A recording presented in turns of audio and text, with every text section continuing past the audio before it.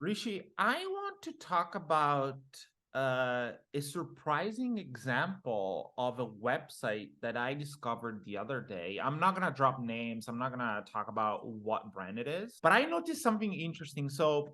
I was taking a look at their category page, and what I noticed is that this brand sells maybe like 20, 30 products, right? So it's a limited number of SKUs, but what I'm about to say is valid for any e-commerce. Now, I was taking a look at their category page, and I basically noticed that their best sellers, which had 1,000 reviews, so pretty decent number of sales, was on row 8 in category page. So basically, like at the bottom of category page, and then on the top, like spot 1, 2 on both desktop and mobile, they had products with like 0 reviews or like 2 reviews, and these were not even like new arrivals, right? Because maybe okay, they wanted to push new arrivals, because this is not like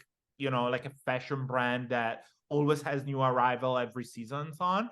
They just had like a consumable product. So they had like, products that were barely selling on the top and the best sellers at the bottom, right?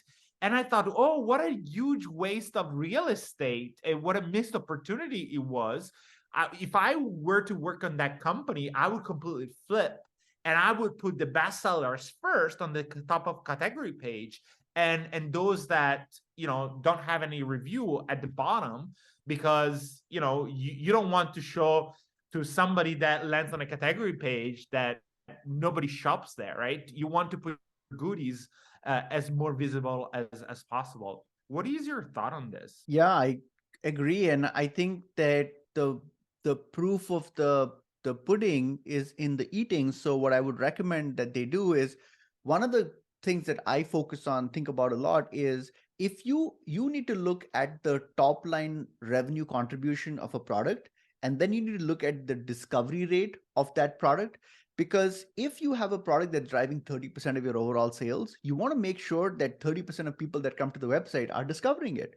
So one way to kind of do this is to say, okay, let me go to my analytics and see how many people were actually going to my bestseller page, and then what is the revenue contribution of that, because that will tell you it needs to be higher. I mean, bottom line is that yes, of course, intuitively it needs to be higher on the category page, but I think when you look at the data, it really forces you to take some action, right? Totally.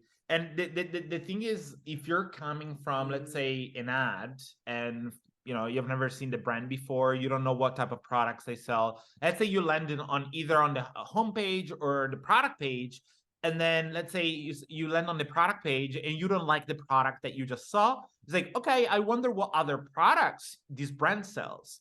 And then you go into category page and you only see products with low number of reviews. What do? You are out, because you think that nobody shops on these stores. And why should I buy when nobody shops on the store, right? I totally agree. Yeah, we and remember, very few, minuscule, maybe less than 5% of people that come into your website through paid ads are actually going to organically come back to your website, unless if you spend on retargeting, which is expensive as well. So we have one shot.